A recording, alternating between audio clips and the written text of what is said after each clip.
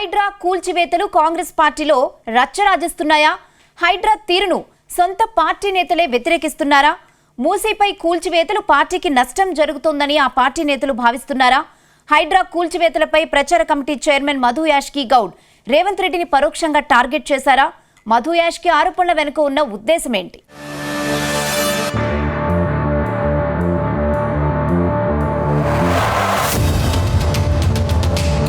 హైదరాబాద్ నగరంలో హైడ్రా కూల్చివేతలు అధికార కాంగ్రెస్ లో చిచ్చురేపుతున్నాయి.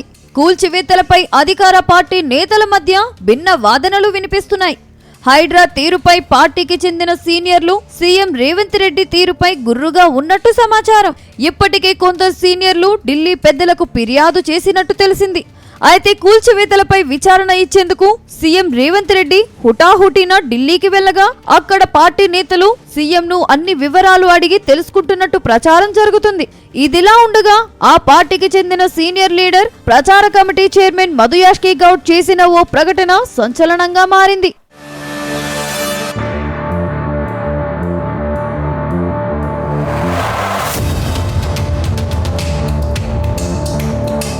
ఇక సీఎం రేవంత్ రెడ్డి ఢిల్లీ టూరులో ఉండగానే మధు యాష్కి గౌడ్ హైదరాబాద్ నగరంలో హైడ్రా కూల్చివేతల ప్రాంతాన్ని పరిశీలించారు.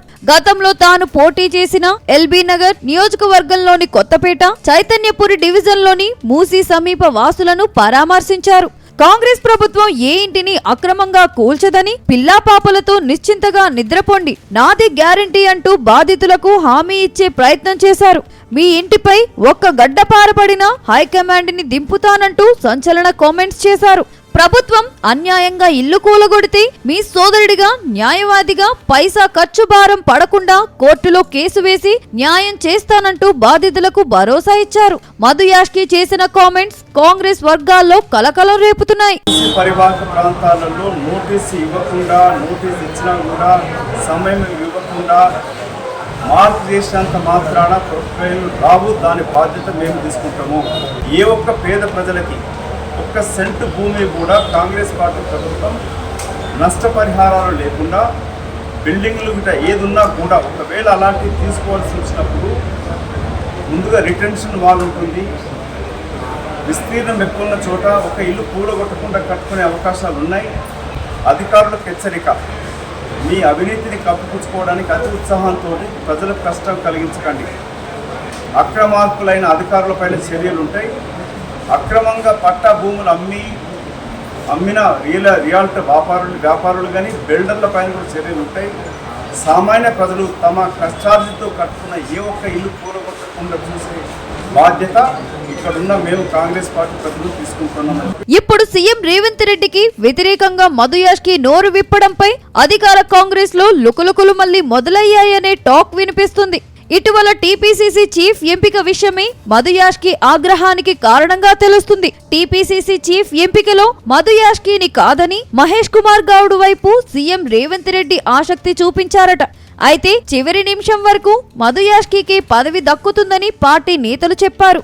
పార్టీ సీనియర్లంతా కూడా మధు యాష్కి ఇవ్వాలని అధిష్టానానికి సిఫారసులు సైతం చేసినట్టు సమాచారం.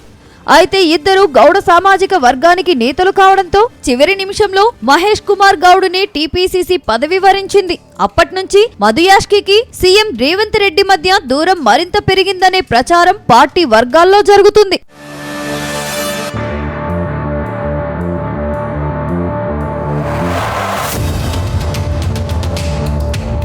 మరోవైపు ఢిల్లీ వెళ్లిన సీఎం రేవంత్ రెడ్డికి కూల్చివేతలపై అధిష్టానం కీలక ఆదేశాలు ఇచ్చినట్టు తెలుస్తుంది. మూసీ సుందరీకరణలో భాగంగా కూల్చివేతలు చేపట్టిన వైనంపై హైకమాండ్ పలు జాగ్రత్తలు తీసుకోవాలని రేవంత్ ను ఆదేశించినట్లు సమాచారం.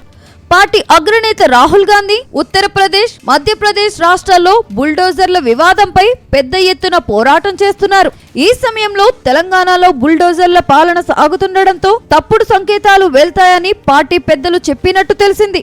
అయితే మూసీ ప్రక్షాళనలో భాగంగానే కూల్చివేతలు జరుగుతున్నాయని సీఎం పార్టీ పెద్దలతో అన్నట్టు తెలిసింది. అయితే కూల్చివేతల విషయంలో ప్రజల నుంచి వ్యతిరేకత రాకుండా చూసుకోవాలని సీఎం రేవంత్ ను పార్టీ పెద్దలు ఆదేశించినట్టు సమాచారం.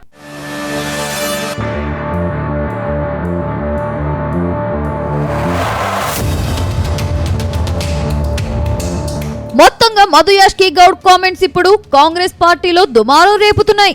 ఇప్పుడిప్పుడే గ్రూపులు కోట్లాటల నుంచి కాంగ్రెస్ పార్టీ తేరుకుంటున్న సమయంలో మళ్ళీ మధు యాష్కి గౌడ్ ధిక్కర స్వరం వినిపించడం చర్చనీయాంశంగా మారింది. ఇదే అంశాన్ని అటు ప్రతిపక్ష పార్టీలు మరో అస్త్రంగా వాడుకునే అవకాశం ఉందని రాజకీయ విశ్లేషకులు అంచనా వేస్తున్నారు. అయితే మధు యాష్కి కామెంట్స్ వెనుక పార్టీలోని కొందరు రేవంత్ వ్యతిరేకులు ఉన్నట్టు గాంధీ భవన్ వర్గాల్లో చర్చ జరుగుతుందట. అందుకే ఈ తరహా కామెంట్స్ మధు యాష్కి చేసి ఉంటారని టాక్ వినిపిస్తుంది.